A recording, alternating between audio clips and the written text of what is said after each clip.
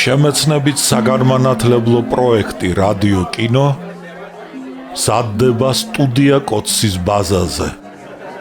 პროექტის ხელმძღვანელი კობა ცხაკაია. პროექტის რედაქტორი ნინო ჩხიკვიშვილი. თბილისი 2025 წელი.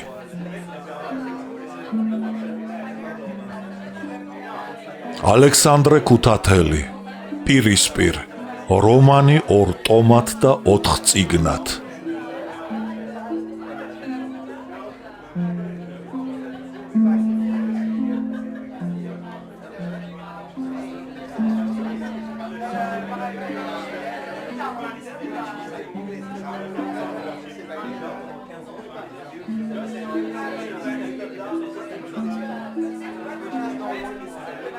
კონცერტზე მესამე. ჭაბუკობის ჟამს ადამიანები განსაკუთრებული გატაცებით ეტანებიან ხოლმე ხელოვნებას. სწერენ ლექსებს და მსხვერპლად მიაქვთ ყველაფერი, რათა შეუერთდნენ იმ ქმნილებას, რომელშიაც გონიათ განსახიერებული შვენიერების იდეალი. სპენსერი. ქართული კლუბის ბაღში გამართულ კონცერტზე კორნელი და სანდრო ხოტივარი გვიან მივიდნენ. საზაფხულო თეატრის დარბაზში ხალხი უკვე შესულიყო. კორნელი და სანდრო დარბაზის ბოლოს ლოჟაში მოთავსდნენ. პარტერს გახედეს.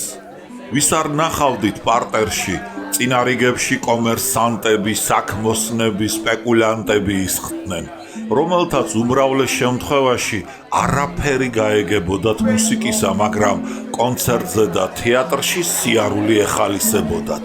მათ უკან სამხედრო პირები, მოხელეები და სტუდენტები მოთავსებულიყვნენ. მერმე კონტრამარკებით შემოსული მოწაფეები იდგნენ. ბოლოს კი უკონტრო მარკოდ შემოპარული ყმაწვილები. ბილეთების გამსინჯველებს რიგშივე მჯდარი კურდღლებივით რომ მუდამ შიშით გასცქერიან. საწოდავები. იქნები მოწაფეთა და ყმაწვილთა შორის ყველაზე უფრო გამგებიანი მსმენელი და მომავალი მუსიკოსები მოიპოვებიან. გაიფიქრა კორნელიმ და ნინოს დაუწყო თვალებით პარტერში ძებნა. ბოლოს მიაგნო კიდეც. იგი პარტერის მეხუთე რიგში აღმოჩნდა. ნინოს და ელოს შორის ფრაგში გამოწყობილი პლატონი ჩამჯდარიყო. პლატონი ქალებს რაღაცას უყვებოდა და აციდებდა. კორნელი გაბრაზდა. იგი სრულიადაც არ იყო ახლა განწყობილი სერიოზული მუსიკის მოსასმენად. ხალხის კაში შესული ფუტკარივით გუგუნებდა. სცენაზე მემუსიკენი ინსტრუმენტებს მართავდნენ. ცოტა ხნის მერე ფრაგში გამოწყობილი მაღალი, გაპარსული და გრძელდავალებიანი დირიჟორი სტოლერმანი სცენაზე გამოვიდა. ორკესტრის წინ ესტრადაზე გაჩერდა. დარბაზში ტაშის ცემა გაისმა. სტოლერმანმა ხალხს თავი დაუკრა. მერმე ორკესტრისაკენ მიბრუნდა.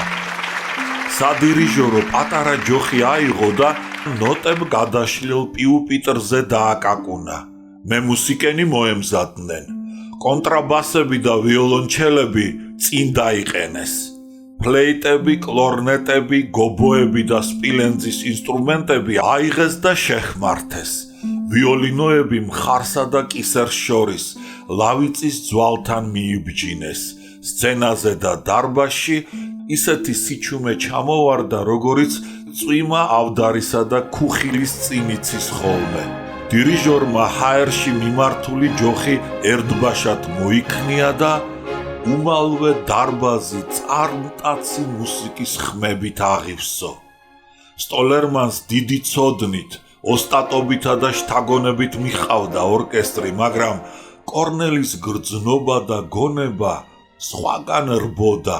ამიტომ მუსიკაზე გულისხმური ვერ შეაჩერა.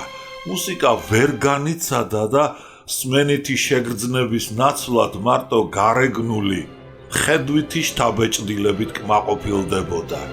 დირიჟორი ორკესტრს მიუშვებდა, მერმე ისევ დაიოკებდა. იგი მთელი ტანით ირხეოდა და როკავდა. ჰაერში ხელებით მერცხლის ნავარდის მაგვარ ნახაზებს ავლებდა. დალალები ეშლებოდნენ, ფრაკის კალთები უფრიალებდნენ. დაუსრულებელი მოძრაობითა და როკვით კაცი გასავათდა და ოფსში გაიღვარა, მაგრამ ფინიში და ლელო ჯერ კიდევ შორს იყო. ახლა დირიჟორმა მთელი ორკესტრი შეტევაზე გადაიყვანა. გეგონებოდათ, დროშებ გაშლილმა და ხმალმოწდილმა მხედრებმა ჭენებით, ნავარდითა და ყიჟინით ბედაურები მიწას გააკრეს და გადყორცნილი ისარივით გაფრინდნენო. ორკესტრიდან ნაღარისა და საყვირის გამარჯვების ხმა, ბარაბნების გვინვა მოისმა. თითქოს ცის გუმბათი ქუხილით ჩამოინგრაო. ეს იყო ბეთჰოვენის ეგმონტის უვერტიურის ფინალი.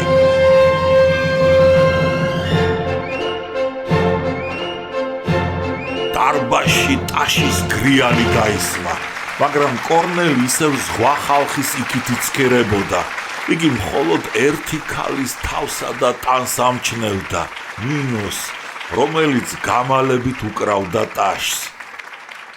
ხალხი დარბაზიდან ბაღში გავიდა და ხეივანში სეირნობა დაიწყო. კორნელი, სანდრო და მიხა ცაცხვის ქვეშ ჩაბნელებულ ადგილას გაჩერებულიყვნენ და ელოს და ნინოს განცვიფრებით უცქერდნენ.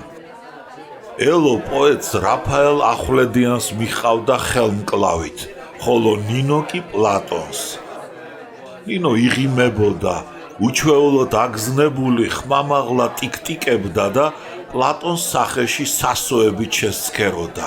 კორნელის გაუკვირდა და ასე მოეჩვენა, თითქოს ისინი ამ წუთას მართლაც ბედნიერნი იყვნენ. ნინომ კორნელის ცივად დაუკრა თავი. თითქოს აქ არაფერიაო, გვერდით ჩავლა დააპირა, მაგრამ პლატონმა კლავში ხელი გაუყარა და კორნელისთან მიიყვანა. ისინი მიესალმნენ ერთმანეთს, მერე ცაცხვის ქვეშ ელო, რაფაელი და პლატონის სხვა მეგობრები, პოეტები, ლეონარდო ტაბატაძე, ვარლამ შევარდნაძე და თეოფილ გოთუა მივიდნენ. რა ჩინებული მუსიკაა! ეგმონტის ფინალი მართლაც ჰიმნია გამარჯვებისა, დაიწყო პლატონმა. შედევრია უთუოდ, საცნაურ არს მეტად, წარსულ საუკუნეთა მუსიკა და საერთოდ ხელოვნება მთელი თავით მაღლა დგას თანამედროვე მუსიკაზე და ხელოვნებაზე. წარსულს ხელოვნებაში ის უპირატესობაც ენიჭება, რომ კაცობრიობის ესთეტიკური განვითარების ყველაზე დიდი მწვერვალი არა მერმიშია, არა წინ, არამედ ჩვენს უკან წარსულში. ბერძენთა მშვენიერების იდეალი დღემდე მიუღწევალ მწვერვალს წარმოადგენს უთუოდ. იყვირა პლატონმა და გამარჯვებული კაცივით დააბრიალა თვალები. თითქოს ის ძველი მუსიკა და წარსულ საუკუნეთა ხელოვნების ნიმუშები და შედევრები მისი შექმნილი ყოფილიყოს. კორნელი შეედავა. ბერძენთა შემდეგ უფრო ბრძნული, შინაარსიანი, ექსპრესიული, ღრმა და ფართო ხედვის ხელოვნება შეიქმნა. მაგალითად, მუსიკა და ფერწერა. ეგ შესაწყნარებელია.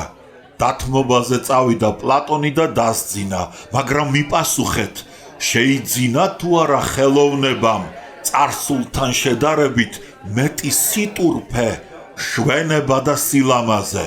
პერიკლეს და ალექსანდრე მაკედონელის დროინდელი ადამიანები თავის მხატვრულ ნაწარმოებში ყველა შემდეგი დროისა და რასის ხალხზე უფრო მიუახლოვდნენ სრულქმნილებას. სრულქმნილება იგი ყველა ჩვენთაგანის იდეალს წარმოადგენს, ამჟამადაც და უცილოდ. დაასკვნა ოქროპირმა. პლატონის განცხადებამ დავა გამოიწვია. კორნელიმ თავს ძალა დაატანა და თავის ცოდნის მარაგს მოეჭიდა. ნინო და ელო სულგანაბოლი უსმენდნენ პლატონისა და კორნელის ორთაბრძოლას. კორნელი პლატონს არ მოერიდა და შენიშნა. ჭაღარა წარსულის ნიმუშის მაგვარ ნაწარმოების შექმნის სურვილსა და ცდაში სამუდამოდ დაკარგული სიჭაბუკისადმი სიბერის მისწრაფება იმალება. კორნელის განცხადებამ გული ატკინა 40 წელს გადაცილებულ პლატონ მოგველაძეს, მაგრამ კორნელი თავდასხმას განაგრძობდა. ზოგიერთი ჩვენი პოეტი და მწერალი გვერდს უქცევს თავის ნაწარმოებში არა მარტო თანამედროვე კულტურას, არამედ ფეოდალურ და ქრისტიანულ კულტურასაც. ისინი ეტრფიან წარმართობას. მაგალითისათვის შორს წასვლა არ არის საჭირო, მივმართოთ თუნდაც თქვენს ნაწარმოებებს. განა მათში არ იგრძნობა ჭაღარა წარსულის აღდგენის სურვილი, წარმართული კულტურის თქვენი გატაცება, თანამედროვე ცივილიზაციიდან თქვენს გაქცევაზე ღაღადებს თქვენი არქაიზმები. არსებითად ეს არ არის ძველი ნიმუშებისა და ხერხებისადმი მიბაძვა. ამით თქვენ ზოგ-ზოგებს საბუთს აძლევთ ილაპარაკონ არა მარტო თქვენს დეკადანსზე, არამედ ქართული ლიტერატურის და კულტურის დეკადანსზეც. მაგრამ საბედნიეროდ ეს ასე არ არის. პლატონი ნაწყენი იყო არა როგორც დეკადენტი, რომელიც ფართოდ იყენებდა თავის ლექსებში, პოემებში, პიესებსა და რომანებში ძველ მითებს, არქაიზმებს. მისი სენი იყო წარმართული კულტურის ხოტბაქება წინააღმდეგ ქრისტიანულისა. კორნელის სიტყვა აშკარად პლატონის წინააღმდეგ იყო მიმართული. ჭაბუკო სიტყვა გააწყვეტინა პლატონმა კორნელის. ჩვენ მეტად რთული საკითხების გამო ვდავობთ. საჭიროა ამ საკითხებში მეტი სინათლის შეტანა, თორემ მზის დაბნელებაზე უარესი ამბავი გამოგვივა. ამ საკითხების გამო ტომები დაიწერება. მე უკვე მზათა მაქვს 2 ტომი. მთელი ჩემი შრომა 200 ნაბეჭ თაბახს დაიკავებს. ახლა კი ჩემს მოსაზრებებს მოკლედ დებულებათა სახით მოვჭრი. დებულება პირველი. ქრისტიანობა ქართველი ხალხის ბუნებას არ შეხებია იმრიგად. ქართველი წარმართია უთუოდ. იგი მიწის მუშა, ვაზის, პურღვინის, ქეიფისა და წუთისოფლის მოყვარულია ამჟამადაც. მას სააქაოს წამს და არა საიქიო. ჩვენში ქრისტიანულ რელიგიიდან გამომდინარე მწვალებლობა და მოწამეობრივი მარტვილობა არ ყოფილა ოდითგანვე. მარადისობის წინაშე განცვიფრება და მისტიკური ჭრეტა ქართველ კაცს არ სჩვევია. იქნებ საამაყო ამის გამო არაფერი გქონდეს და იგი კაცის სულიერ სიღატაკეზე მეტყველებდეს კიდეც, მაგრამ იგი ხალხის სიჭაბუკის მაუწყებელია და არა სიბერისა უთუოდ. ათინას და რომს ქრისტეს რჯული მათი დაცემის ჟამს შეეპარა უცილოდ. ჩვენში კი პირიქით იყო ეს პირველი საკითხის გამო მომიხსენებია. დებულება მეორე. საქართველო პატრიარქალურ, ფეოდალურ ყოფიდან ჯერაც არ გამოსულა. კაპიტალიზმი ჩვენს ქვეყანას ჯერ არც კი შეხებია. ევოლუციები და რევოლუციები მიზნად ისახავენ მოახდინონ მეტწილად მატერიალურ დოვლათის განაწილება და არა ადამიანის სულიერი ცხოვრებისა და ხალხის თანდაყოლილ თვისებათა ძირეული ტრანსფორმაცია. ცივილიზაცია ამ ხრივ ფიქციაა. საცნაურს არს მეტად. თანამედროვე უმაგალითო ომმა და ხალხის ჟლეტამ ნუ თუ არ დაგარწმუნათ ცივილიზაციის უმწეობაში. თანამედროვე ინდუსტრიის ჯოჯოხეთი ევროპისათვის დაგვითმია. უარი ეთქვას ცივილიზაციას. ჩვენი ლოზუნგია დაბრუნება მიწასთან. ეს მეორე საკითხის გამო მომიხსენებია. დებულება მესამე. გენიოსობის გადასარჩენად პოეტი თანამედროვე სინამდვილეს უნდა გაურბოდეს უთუოდ. იგი მარტო ფიზიკური რაობით უნდა იყოს თავისი დროის მოქალაქე, ხოლო ფანტაზიის გაქანებით კი საკუთარი სულიერი სამყაროს შემოქმედი. იგი თავისი ხალხის ჭაღარა წარსულს, მითოსს და ძველ ხელოვნებას უნდა დაეწაფოს. სჩანს ამ საკითხების გამო ჩვენ ვერ შევთანხმდებით. ჩვენი გზები განიყრებიან მრავალ გზის. ეს მესამე და უკანასკნელი საკითხის გამო მომიხსენებია. ყველანი სულგანაბული უსმენდნენ ოქროპირს.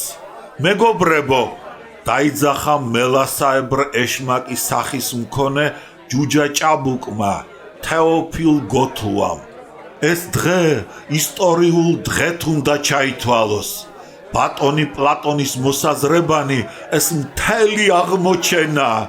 მე მწუხარებას გამოვთქვამ იმის გამო, რომ ბატონი პლატონის სიტყვის სტენოგრამა არ წარმოებს. საერთოდ ბატონ პლატონს პირადი მდივანი უნდა დასდევდეს უკან, რომ ყოველ მის სიტყვას და მოსაზრებას იწერდეს. უთუოდ დაუდასტურეს პოეტებმა და პლატონი ცამდე აიყვანეს. ამის შემდეგ ბუნებრივია დავა კორნელის დამარცხებით უნდა დამთავრებულიყო, მაგრამ კორნელიმ პლატონს შედავება შეჰბედა. დაიცად, ნუ სწუხდებით, უთხრა მან პლატონს. პლატონის აღმოჩენები ჩვენს შთამომავლობას არ დაეკარგებიან. ამ საკითხების გამო პლატონს უკვე ტომები დაუწერია. გაუღიმა კორნელიმ და განაგრძო. ბაპატიეთ პლატონ, ეს განცხადება, მაგრამ ჩემი აზრით ის ვინც პროგრესს, რევოლუციას და ამასთან დაკავშირებით ხალხის სულიერ ზრდას უარყოფს, იგი რეაქციონერია.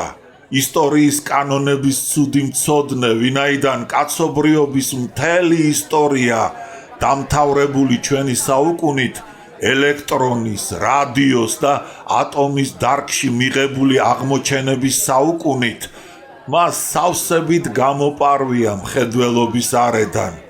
თასავით აზვინებულ თქვენს თეორიულ შრომას სავსებით დაუფარავს თქვენგან ცოცხალი ისტორია.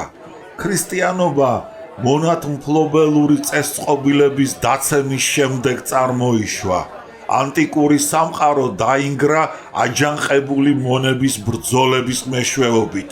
რომის ბატონობის წინააღმდეგ ამდგარი ახალგაზრდა ხალხის შეტევის წყალობით, რომლითაც თან მოიტანეს ახალი წყობილება და ახალი კულტურა.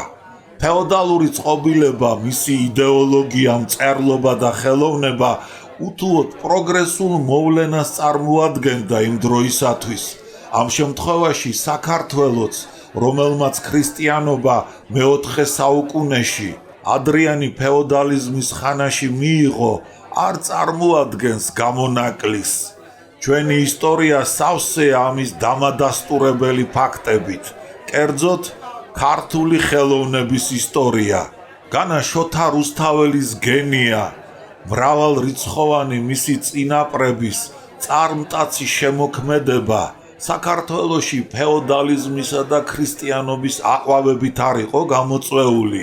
ყოფა ცხოვრებისა და სულიერი ორგანიზაციის პრინციპული არაცვალებადობა შეიძლება არსებობდეს ცხოველთა შორის და არა ადამიანთა საზოგადოებაში.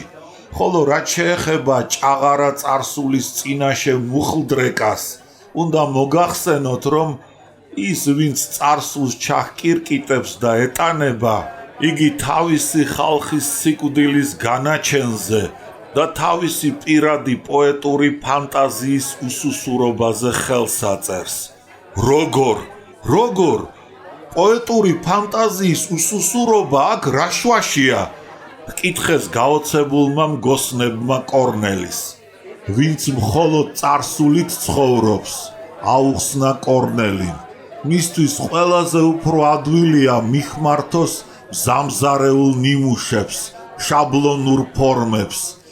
მას შეუძლია გახყვეს მიბაძვას იქ, სადაც სიახლე უთუოდ მოითხოვდა მისგან მეცნიერების ცოდნას თანამედროვე ცხოვრებისა და საზოგადოებრივი მოვლენების რაობის ღრმა გაგებას. არქაული მიმართულების ლიტერატორები ჭაღარა წარსულის თაყვანისმცემელნი ამაოდ ცდილობენ მიხბაძონ გარდასულ საუკუნეთა შთაგონებულ ცოცხალი რწმენით ახსავსე ოსტატებს, რადგან იმ ოსტატების ბრმა მიმბაძველნი ახერხებენ განიმეორონ მათ მიერ შექმნილი ხელოვნების მხოლოდ მკვდარი ფორმა და არა მისი უკვდავი სული. ასეთ მიმბაძველთა ქმნილებებს არ გააჩნიათ ცხოველმყოფელი ძალა სიმართლისა და ექსპრესია. ისინი ყალბი არიან და მკვდრაჩობილ ბავშვებს აჰგვანან. რაგინდ არ უნდა კაზმავდნენ და ალამაზებდნენ მათი ავტორები. ყველაზე უფრო გულისმკვლელი პლატონისათვის ის გარემოება გახლდათ, როდესაც მის ნაწარმოებს ვინმე ყალბს უწოდებდა. მან თვითონაც კარგად იცოდა, რომ იგი პოეტად და მწერლად არ იყო გაჩენილი. პოეტობა და მწერლობა ძალად დაიჩემა და მერმე თავის ქმნილებების დასაცავად ათასგვარ თეორიებსა და ნაკითხულობას იშველიებდა. პლატონი გაბრაზდა, თვალები გადმოკარკლა და კორნელის შეუტია. განაწარსულის ბრმა მიბაძვაზე მოგახსენებდით? ეს თქვენ თვითონ მოიგონეთ, ან სადღაც ამოგიკითხავთ. სისხლ ნაკლულ ხელოვნებას ვერავითარი გარეგნული მიმბაძველობა და ბრწყინვალება რომ ვერ დაუფარავს ცხოველმყოფელი ძალის უქონლობას, განა არ ვიცი? ჩემი აზრით თქვენ წინააღმდეგობაში ვარდებით, შენიშნა კორნელიმ. არავითარი წინააღმდეგობა, იყვირა პლატონმა. წინააღმდეგობა ის არის, რომ ჩვენს თეორიებსა და პრაქტიკას შორის დიდი ზღვარი ძევს. მიუგო კორნელიმ და ყველა მიხვდა, როდესაც კორნელი ჩვენს ამბობდა, თქვენს გულისხმობდა. ეს ჭაბუკი რას გადამეკიდა? გაიფიქრა პლატონმა და დანაღვლიანდა. უხერხულობის გასაფანტავად პოეტებმა თავისი ლიდერის, ქურუმისა და მოგვის, პლატონ მოგველაძის ნაწარმოებთა ხოტბა დაიწყეს. პლატონს გენიოსი უწოდეს, მაგრამ ამ დროს ანტრაქტი გათავდა. მეორე ზარი დარეკეს და ხეივანში დარჩენილნიც დარბაზისაკენ გაეშურნენ. კონცერტის მეორე განყოფილება შუბერტის დაუმთავრებელი სიმფონიით დაიწყო. კორნელი ბრაზით გასცქეროდა პლატონს მუსიკად მცოდნე კაცის სახე მიეღო.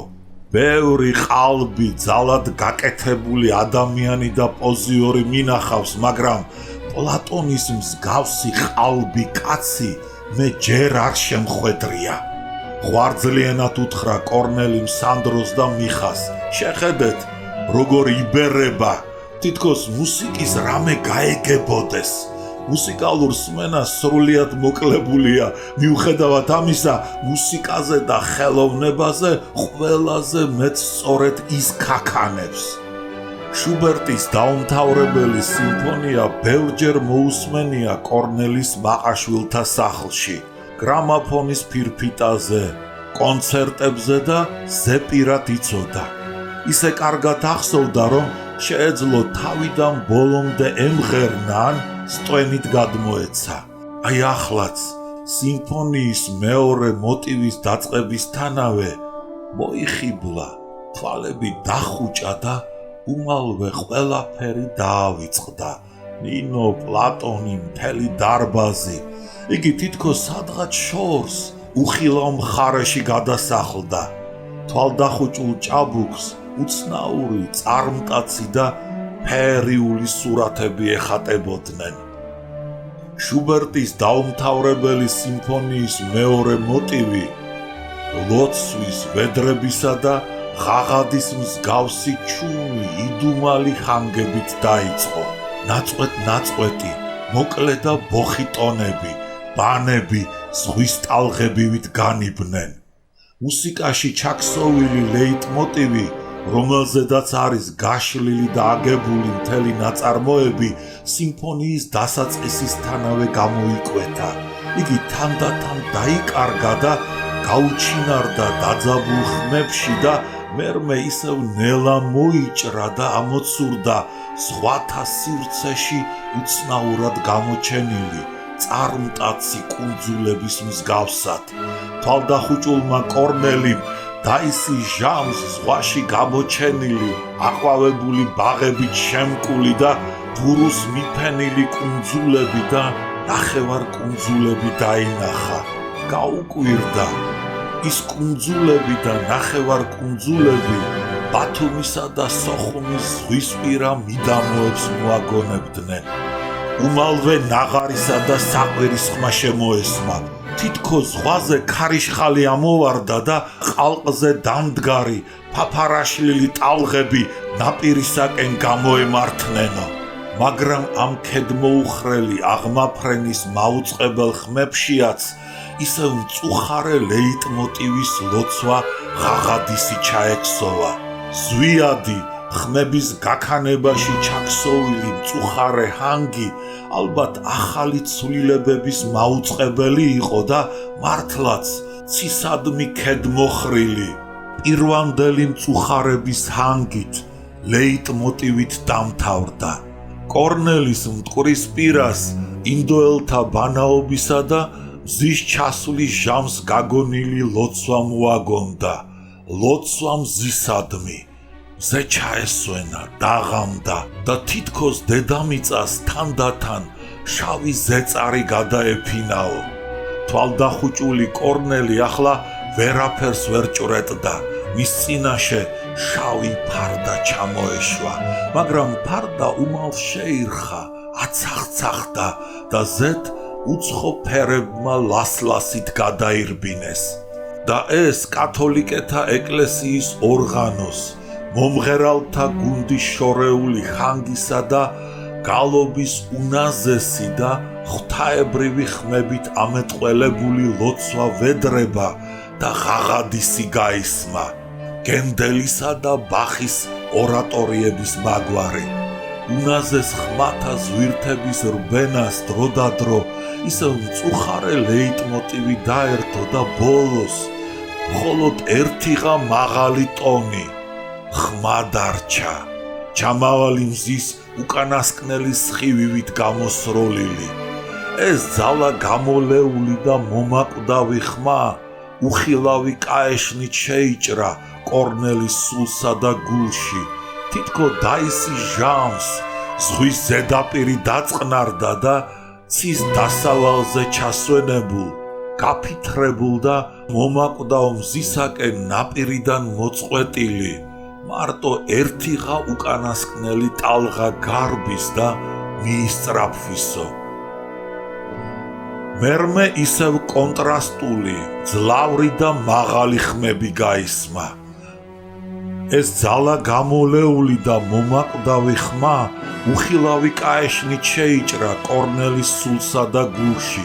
თითქო დაისი ჟამს ზღვის ზედაპირი დაწყნარდა და ცის დასავალზე ჩასვენებულ, გაფითრებულ და მომაკვდავ მზისაკენ ნაპირიდან მოწყვეტილი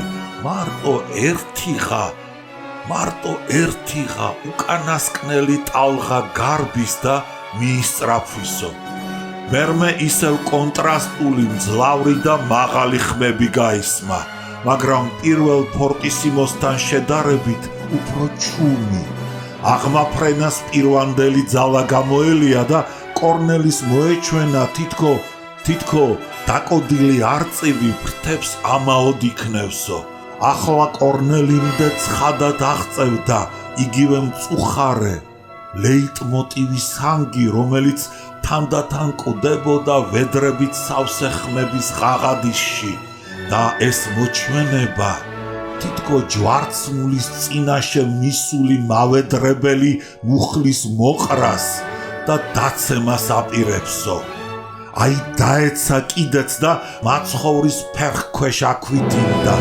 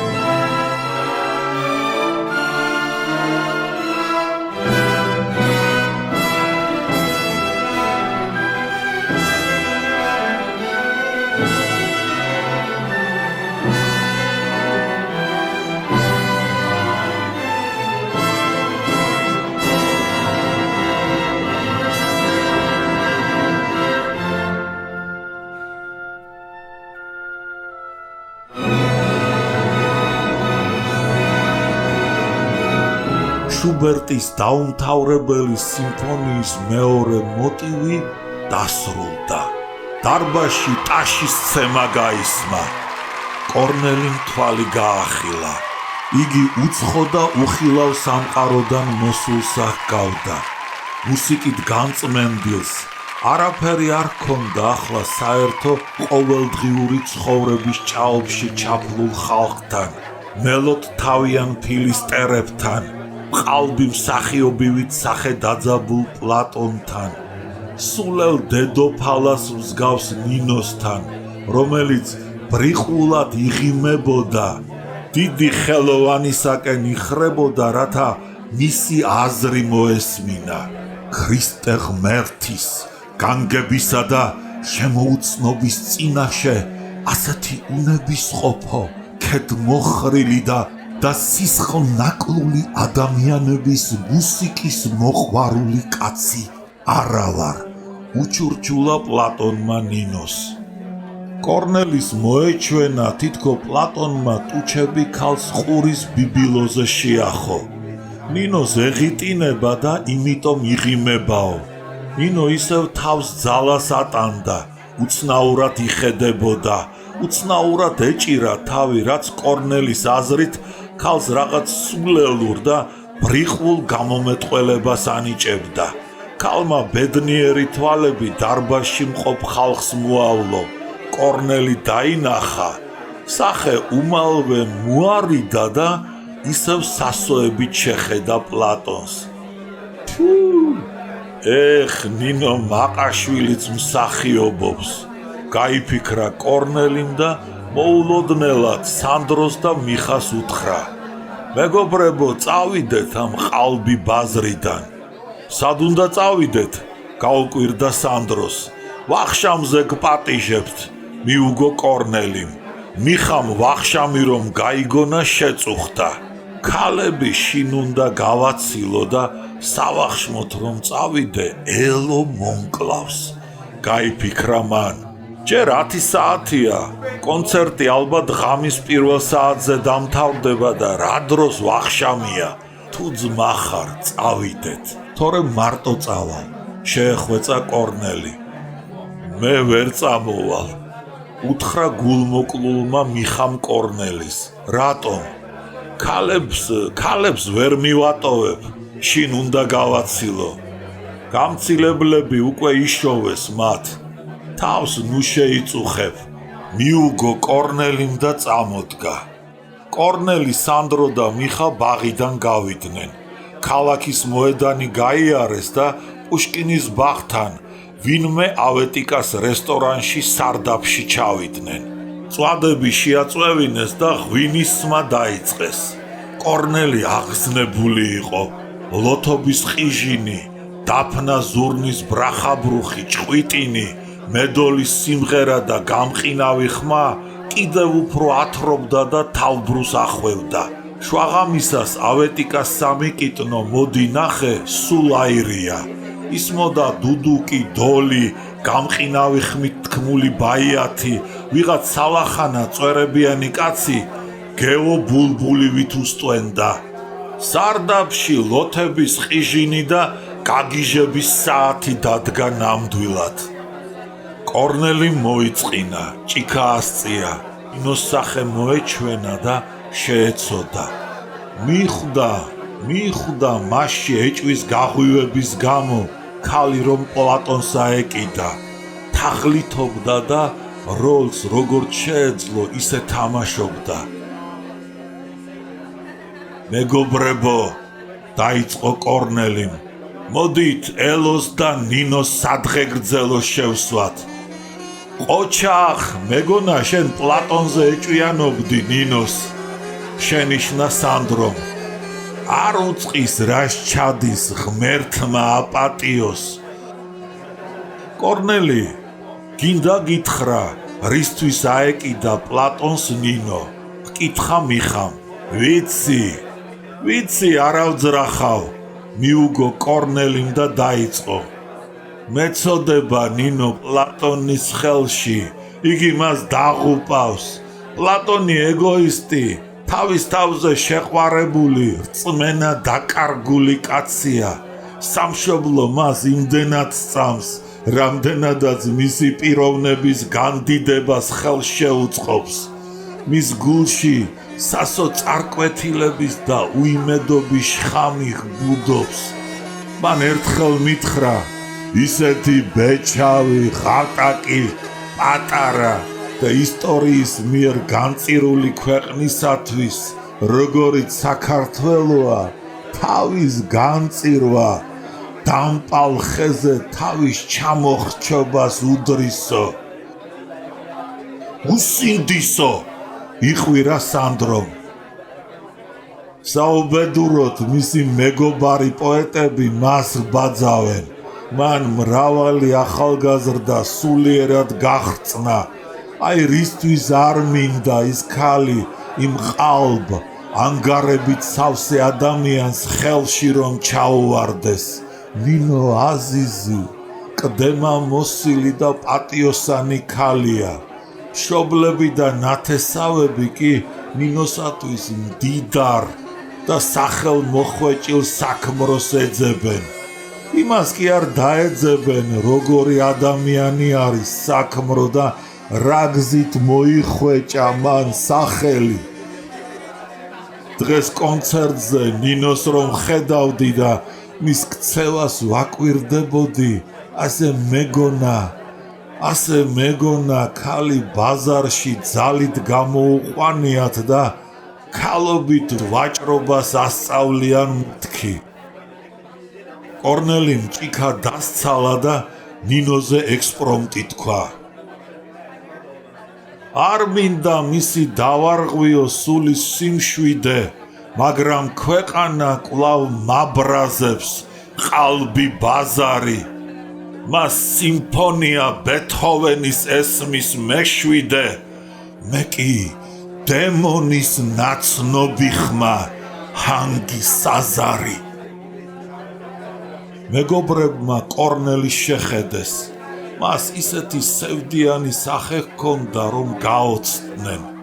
ისინი იცნობდნენ კორნელის მოვარჯიშეს, მოკრივეს, მებრძოლს, გონება מחვილს და ენამწარეს. ხოლო კორნელი თუ ღრმა განცდის კაცი და თანაც მწერალი და პოეტი გახდებოდა, ეს კი არ ეგონათ.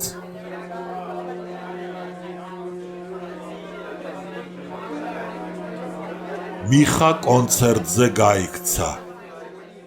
კორნელი და სანდრო ღამის 3 საათზე ამოვიდნენ სარდაფიდან. დილით კორნელის ადრე და რაღაც ერთბაშად გაეღვიძა სანდროს ოთახში. თითქოს ძილი სამუდამოდ გაუფრინდაო. იგი თვალხილული იყო და წუხელ სარდაფში თქმულ ექსპრომტს ბუტბუტებდა. სანდროს მშვიდად ეძინა. კორნელი საცვლების ამარა მაგიდასთან მივიდა, დაჯდა, ქაღალდი აიღო და ლექსი დასწერა. მერმე გაასწორა და გადათეთრება დაიწყო. სანდროს გაეღვიძა. კორნელი მაგიდასთან რომ დაინახა, გაუკვირდა და ჰკითხა, რა შვრები?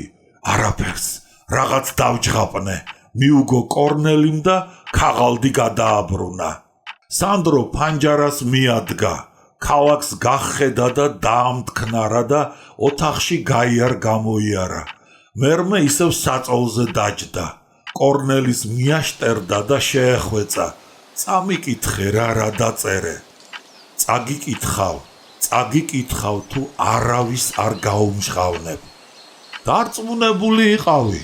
კორნელიმ სუფთად გადაწერილ ლექსს დახედა და მერმე მღელვარე ხმით წაიკითხა. ქარვისფერ ღვინით მოკიაფე ახსავსე თასში, მე დავინახე შენი სახე და მზის ვარვარი. პეპლის ფრთებივით დარხეული ხელების ტაში და შავი წარბი, გაფრენილი მერცხლის მაგვარი. ხიბლავს მან ჰანგი საამური უთქმელი ენით, მე კი სარდაფში დემონის ხმა მესმის საზარი, მაგრამ მაინც არ მინდა დავარღვიო სიმშვიდე შენი, თუნც გარს მარტყია თვალთ მაქცების უნდო ბაზარი.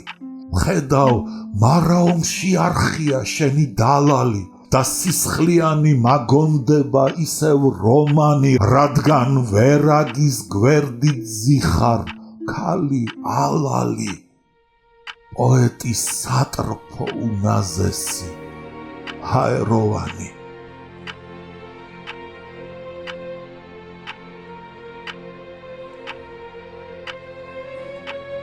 სანდროს თვალზე ცრემლები მოსდგომოდა.